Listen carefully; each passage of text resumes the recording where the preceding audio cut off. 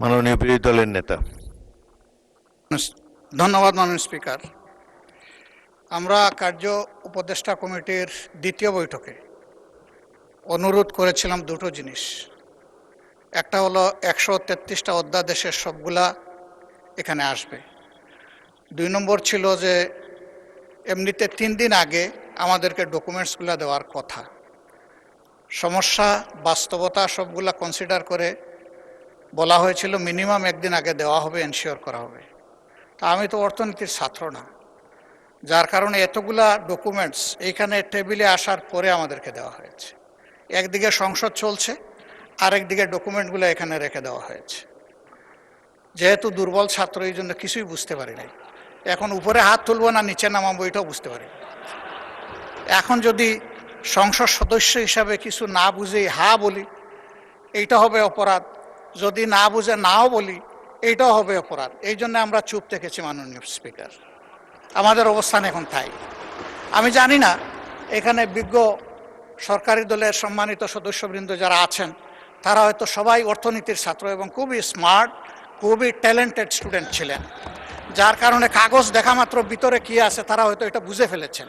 আমরা বুঝতে পারি নাই মাননীয় স্পিকার, এটা আমাদের অক্ষমতা। এখন আমরা কি করব, আমাদেরকে একটু পরামর্শ দেন।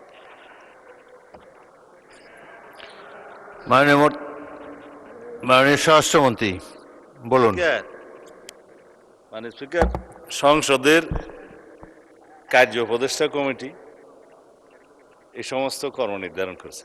বিশেষ কমিটি যেটা আপনি করে দিয়েছেন এই আইনগুলো পর্যালোচনা করার জন্য সংসদে বিশেষ এই কমিটিতে আমাদের মাননীয় সদস্য জয়নাল আবদিন সাহেব সভাপতি ছিলেন।